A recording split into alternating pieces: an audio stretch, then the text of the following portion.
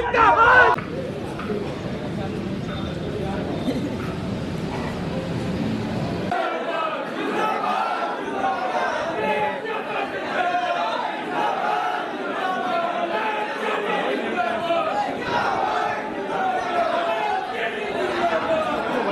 महाराज जी से पहले भी मौका मिला था मिलने का और फिर आज फिर एक बार आशीर्वाद लेने का मौका मिला है। साथ ही साथ छात्र संघ के चुने हुए पदाधिकारियों के बीच में मुझे आना था।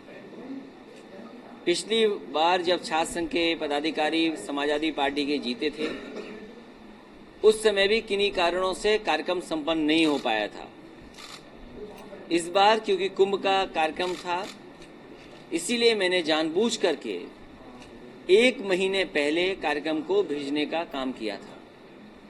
दिसंबर में ही कार्यक्रम की सूचना दे दी थी, क्योंकि जिस समय मुझे छात्र संघ से, छात्र संघ अध्यक्ष से का पत्र मिला, उसी समय मैंने जानकारी प्रशासन को दे दी थी कि इस तरीके से इस तारीख को कार्यक्रम होने जा रहा है।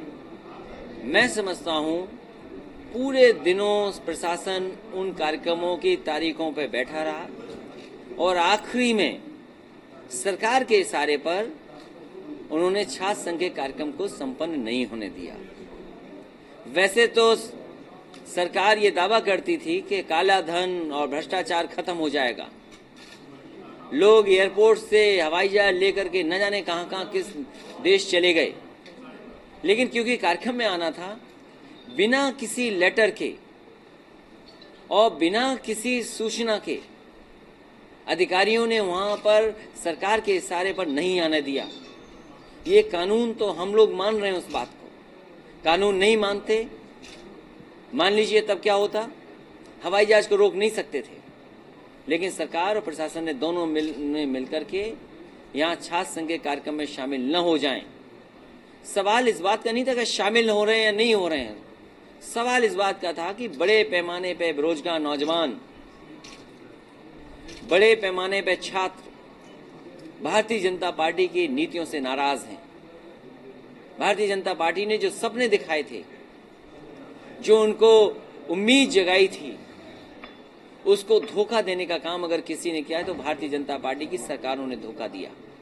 और इसीलिए कि छात्र नौजवान आएंगे उस कार्यक्रम में, बड़ी संख्या में आएंगे, जानबूझ करके शासन और प्रशासन ने दोनों ने मिलकर के कार्यक्रम नहीं होने दिया। और अन्याय की एक सीमा होती है। याद कीजिए, जिस समय छात्र संघ का पदाधिकारी जीता अध्यक्ष, उसके हॉस्टल में आग लगा दी गई। छात्र संघ का कार्यक्रम जब संपन्न होता, वहां पर बम फेंक दिए गए, उसमें भी जान बची है छात्रों की, समाजवादी छात्र सभा के और अध्यक्ष और तमाम जो उसके सहयोगी थे उनकी। उसके बाद किस तरीके से लाठी चली है, किस तरीके से अन्याय हुआ। केवल राष्ट्रपिता महात्मा गांधी की प्रतिमा में जाकर के माल्यार्पण करना चाहते थे। राष्ट्रपिता महात्मा गांधी का जो रास्ता है, उसी रास्ते पर समाजवादी छात्र सभा, समाजवादी छात्र नेता चल रहे हैं, लेकिन उन्हें माल्यार्पण के बाद सरकार ने अपने तमाम अधिकारियों की फौज छोड़ करके जो अन्याय किया है वो आपको दिखता है। ये दिखने में तो कम है जो अस्पताल में हैं, लेकिन बड़ी संख्या में छात्रों पर लाठीचार्ज, गोली और अपमान करने की भाषा, न जाने क्या क्या अन्याय अत्याचार हुआ है।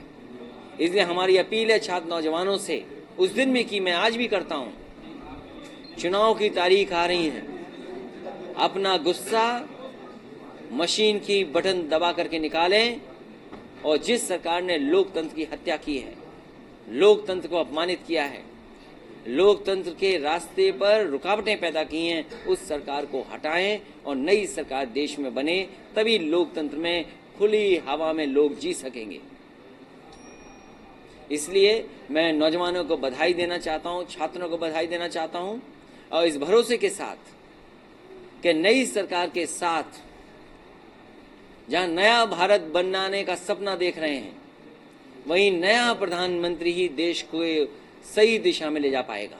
इसलिए नया प्रधानमंत्री बनाने के लिए मैं तमाम छात्र नौजवानों से अपील करूंगा, वहीं किसान भाइयों से अपील करूंगा कि आप मदद करें, आगे आएं, जिससे देश में परिवर्तन लाया जा सके।